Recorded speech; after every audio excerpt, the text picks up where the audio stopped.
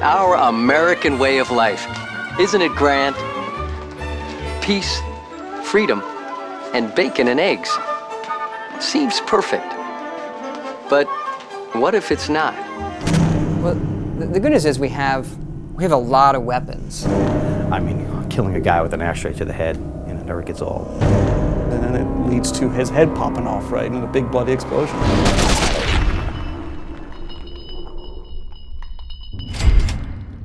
My current weapon is the Flamer. I usually don't play a big guns character, but if you do, the Flamer is a really, really good weapon. There's a lot of Flamer fuel around for you to get, so it's nice to light your enemies on fire, and they'll continue to take damage. So you can light them and then go to evade, go around corners and try to hide while it burns them up. I like to keep it simple. We have a ton of weapons in the games, and we have very normal, just sort of like rifles and pistols and stuff, and then we have the far out like custom weapons and some of the energy weapons and whatnot. Personally, I like the simple, very classic, realistic, like the hunting rifle. It's like a weapon you get early in the game.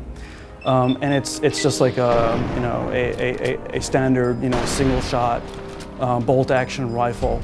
But you look at the model. It's all it's rusted, and the wood stock is like coming apart. It's wrapped up in duct tape and wire and whatnot. And and when you're walking around with that weapon on your back, and you're in the vault suit or the armored vault suit, it's a classic Fallout visual. We decided, even when you start the game early on, to show you some of the cooler weapons, and a lot of times it's in a limited capacity because there's ammo. It's supposed to Oblivion, where we can give you, we hold back the nicer weapons, because once you get a good sword, you can pretty much use it as much as you want. In this, we can give you a really nice weapon early on, and then only a few rounds of ammunition. We also have weapon condition. So you might get a beat-up gun, which means you can only use it a few times, and you only have a few shells for it. So you get to experience it, but not get to use it a lot. I am a big fan of the railway rifle, which is the rifle that, made by a steam gauge assembly. It shoots railway spikes and it pins guys' limbs to walls. It's very sort of reminiscent of, if you play the old Alien vs. Predator games, there was like a Predator weapon that did kind of like the same thing. But this is like a junk weapon made from crap that you've salvaged. And whenever you shoot it, it's got a train whistle sound, so it's like... And that's the juxtaposition of it. It's just so ridiculous on one hand, and it's just so gory and violent.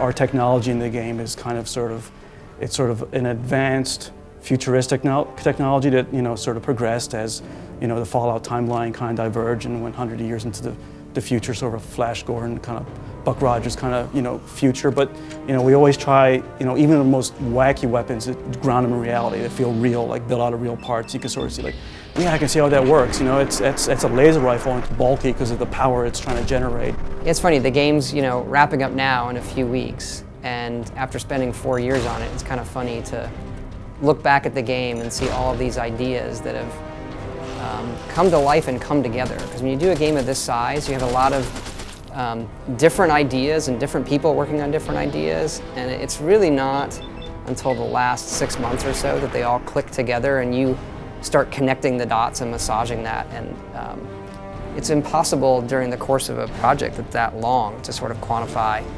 how fun this will be and how much it feels like the old games feel. And so for us, we're pretty happy with how it's turned out.